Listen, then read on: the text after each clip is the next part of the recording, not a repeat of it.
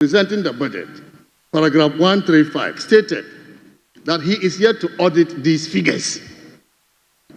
And so I am wondering why the minister will use unaudited figures to determine fiscal balances for the economy. Figures he himself is yet to audit. Then the minister will use that to derive fiscal balances and announce the fiscal balances to the whole world. Mr. Speaker, this is not how we manage an economy. When you use unaudited data, to drive figures based on which you make economic decisions. Mr. Speaker, as a result of using the unaudited data and announcing erroneous fiscal balances, Ghana has started suffering from this in terms of financial losses. Mr. Speaker, Ghana's sovereign bonds, our sovereign spreads, that is the cost of borrowing, is now in the range of 700 basis points, when they were around 500 basis points just 3 months ago. Mr. Speaker, Bloomberg actually reported on the same day the budget was presented that because Ghana has missed the primary fiscal target, which is a consequence of using unaudited data to drive that fiscal balance, Ghana's dollar, our dollar bonds due 2035, declined by 1.8%. Our notes maturing in 2029 declined by 1% on the dollar. Mr. Speaker, we are already suffering from financial losses as a result of what the minister has done. How can we do this to ourselves? This demonstrates lack of confidence in the economy by international markets. And if we have to manage this economy well, the confidence of international markets is important. Mr. Speaker, the minister stood here and declared that Ghana has breached the IMF program. I was very shocked. Why the Minister of Finance of Ghana would stand on the floor of Parliament and declare that his country has breached an IMF program when the IMF itself is to start the conduct of the review in April this year. Mr. Speaker, this is not done. After realizing the effect of such declaration, that infamous declaration by the minister, the government is now considering waivers. They are now considering asking for waivers before the IMF does the review in April. If you're asking for waivers, it shows that you have no credibility in implementing an IMF program. It means that you are failing in implementing an IMF program. That is why you are asking for waivers. But we know why they're asking for waivers, because they still want the review to happen, because they need the IMF money. If you take the budget on the financing side, for example, Mr. Speaker, the budget projects to receive $720 million from the IMF and $600 million from the World Bank, which are tied. But what the minister also does not understand is that it is not only the money that will come from the IMF and the World Bank. The reliefs we got as a result of the skilled negotiations we did with our international Eurobond holders, $4 billion in outright debt cancellation and $7.5 billion in debt service relief will all be lost to Ghana. This is why the minister, after declaring that Ghana has breached, is now thinking about applying for waivers, because they know the implications of what the minister has done.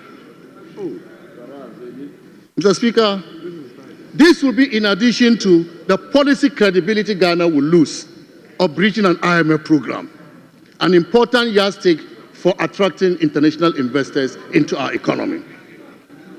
Mr. Speaker, what the minister has done is just put Ghana in unnecessary challenges. And as we often ask, who will bear the consequences? It is the people, the very people who have voted for them.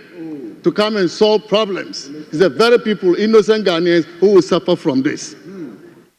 The Speaker, when we look at revenue performance, in 2024, Honorable Minister, conclude. In 2024, we achieved a nominal growth of about 8 billion Ghana cedis. This budget, 2025 budget, the minister is projecting a nominal growth of 38 billion Ghana cedis. Meanwhile, the revenue measures outlined in the budget are very weak. They are mostly compliance measures, and I'm wondering who can quantify compliance in revenue terms. So how is the minister going to achieve this revenue projection? And this is why, Mr. Speaker, I am saying that this budget lacks credibility. The numbers do not add up. This budget will not solve any problem. It won't provide the jobs, and it won't provide the economic growth that they are promising. I thank you, Mr. Speaker, for the opportunity to comment on the budget.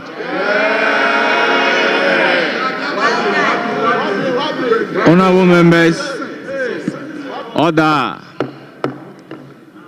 I proceed to give the floor to Honorable Adongo. Honorable Adongo, thank you very much. Have 15 minutes. Mr. Speaker, listening to my colleague, I can understand they are very dazed and they are still recovering from the kind of budget they never expected Ghana would ever have. Mr. Speaker, they are wondering how we put together such a budget without going to borrow $3 billion from the international capital market. For them, that type of budget can only be financed with borrowing on the international capital market, and even use some of it to celebrate with kinky and fish. So we have come to teach them how to run an economy properly, so to speak. In fact, at some point in time, I was almost going to ask MTN to audit their books whether some of the quick loans have not found their way to these people. Because they were so loan-driven that they didn't know that you could manage an economy from generating internal resources. But, Mr. Speaker, in 2019, the government of Ghana, led by Ken Ofori-Atta, the then finance minister, went to the IMF after he failed to meet the performance criteria and applied for waiver for the non-observance of performance criteria. So if we have those people who have ever asked for waiver for non-compliance with performance criteria, there they are. They did it in 2019. So in 2019, they did not end the program. They ran away from the program by asking the IMF to forgive them because they simply didn't have what it takes to complete the program. That is what they did. But, Mr. Speaker, audited financial data. When did we ever come here to present a budget with audited financial statements? When you come here to submit a budget, you normally will come here in November. I'm saying that you normally will come to this house with your budget in November. The financial year wouldn't have even ended for you to even audit. And you have been doing that for 8 years. And today you are asking that we should have come with audited financial statement before we can declare the deficit that we inherited. What type of logic is this? Where does that happen? I don't know when that started happening. So, Mr. Speaker, our situation, our country has been messed, and we are doing a lot of work to bring this economy back on track. Mr. Speaker, when you inherit an economy that is a galamsey economy, you inherit an economy that has borrowed up to the roof and declared bankruptcy. Mr. Speaker, you need to do a lot of heavy lifting in order to put the economy back on track. You don't generate growth when you are doing heavy lifting. You do that when you have reset the economy, then the economy will be on the path to growth. So wait until the following year, you will see when the resetting starts working, that the economy would overperform. In any case, when they believed in their economy, they budgeted for growth of 3.2%. That was the budget you brought here. So why are you speaking to outturns? Wait till the outturns come and you will notice that we may likely achieve a target of more than 4%. we are being cautious because we understand the amount of heavy lifting that we need to do. Mr. Speaker, they are surprised that we are running an economy where we understand that as social democrats, you don't take money from the poor to take care of the rich.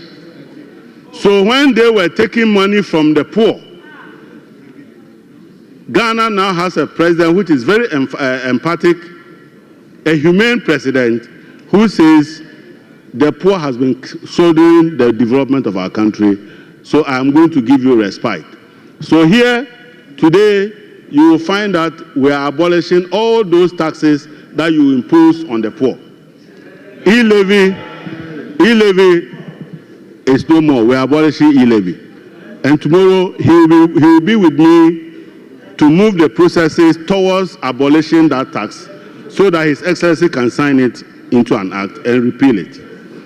Mr. Speaker, we have a country where the government of the day was looking in all places for taxes. Every least excuse, they will impose a tax. They said there is Bola sitting at Nima, sanitation tax. They said there's a disease called COVID-19 tax. The people of Ghana are very lucky. By now, we have been hearing deportation from the United States levy in our country. The war of tariffs, the tariff war, we have been hearing tariff levy because our economy is suffering from Donald Trump. But here, Ghanaians don't even know that there's a tariff war. Ghanaians don't even know that Ghanaians are being deported because we will not ask them to pay levies for the people that are being deported. And this is how we are going to run this economy and teach you so that next time in 2058, if you ever happen to come back here, you will not be imposing taxes on the poor. Mr. Speaker, I heard somebody mention gold for oil. Please, and please, this is the last time you should even attempt to talk about gold for oil. I'm surprised that as a government, we decided to carry the risk of everybody onto the Bank of Ghana. So the Bank of Ghana was losing money from price fluctuation in the purchase and sale of gold. Then when we gave it to BDCs and BOST, the leakages and the losses on fuel, Bank of Ghana was bearing it. Exchange losses, Bank of Ghana was bearing it. The net effect is that our net worth at the Bank of Ghana is now 73 billion Ghana cedis. That is what we are seeking to stop. That is what we are seeking to make the people of Ghana know how the best people who manage economies operate. You can't take a bank with stated capital of 10 million and generate a deficit of 73 billion and still counting. And you are asking us to continue that obnoxious policy which created this type of situation. We will not do that. We will find a better way to support the system and make sure that the city is truly stable. And you will see how we are going to do that. And we will show you how to do it. Mr. Speaker, I heard him talk about the budget allocations for education. We were in this country when a government refused to provide textbooks, but rather teaching our children PASCO. You go and buy past questions for our children. So chew, pass, and forget. Our children were learning past questions here. The minister is bringing interventions that will bring critical learning and critical training of the brains of our children. We are providing enough textbooks and not past questions. And you should be praising us for that. The people who capped the GET fund are today asking the minister who is uncapping it how much money he will make from the uncapping. You are not even ashamed. Who capped it?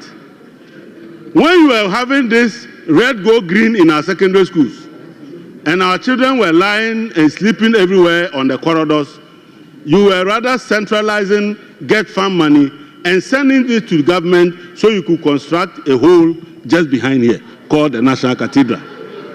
You were taking the money from Get Fund just so the president can fly a private jet. And we are making sure that those monies are spent properly, and you are questioning that also. But Mr. Speaker, we live in a country where a minister of agric that was supposed to be growing rice was importing polished rice. Where is my good friend? When he launched the Planting for Food and Job 2, he rather was importing polished rice from China. What type of ministry is that? You are here complaining that we have not made enough allocation when you were making allocation to import polished rice. I mean, I have never seen a group of people who are never ashamed of themselves. That a Minister of Agriculture was now at the forefront of importing and distributing rice at Makwala. Please, we are resetting this country away from importing rice to growing and producing rice. Don't you like that? Mr. Speaker, I heard my good friend talk about Nkukon Kitinkete. We are not only doing Nkukon Kitinkete, we are also going to do Nam Kitinkete. We want to process the chicken so that we will reduce the import bill of $300 million that we are using to import chicken. And you should be praising the president for such a wonderful policy. Mr. Speaker, this budget is a budget for the poor and the downtrodden. It is a budget that is making the people with disability laugh because for the first time they can have access to tertiary education whether they have the funding or not. Thanks to my big brother, the Minister for Education, that will happen in our land. This is a budget that makes sure that even if you don't have the money, the state will help you pay for your first school fees. At the end of the day, this is not the type of budget that put our children into NAPCO and rob them of their allowances. This is not the kind of budget where the government didn't have money but was busy breeding ghosts and paying them and failing to pay national service personnel, but they had money to pay ghosts. This is not a type of budget. This is a human-centered budget where the ghosts are back. Some are sitting at the back there. When you are going, look over there, there's a cemetery there. They are back in the cemetery. If you pass through Awudomi, you see some of them that they are crying that we have taken away the money they were chopping at NSS. This is not the type of budget that we are here to joke with. But Mr. Speaker, we have a government which for several years prioritized sloganerism and not develop our country. We are bringing a big push. We have made an initial allocation and you are complaining. But when you said the year of roads, what we saw was that your own vehicles were getting stuck in your campaign travels.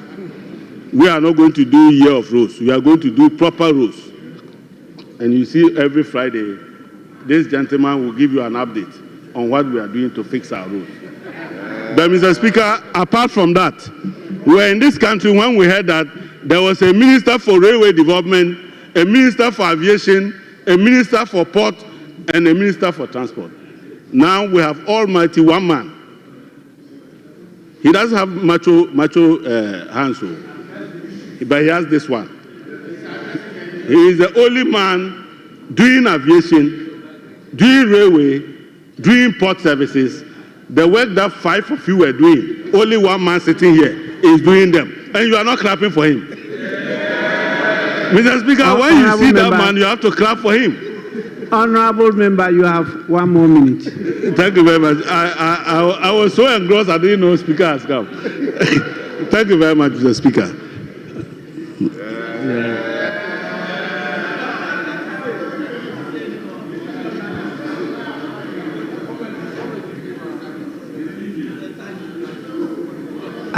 I said you had 1 more minute, but we are happy you have concluded.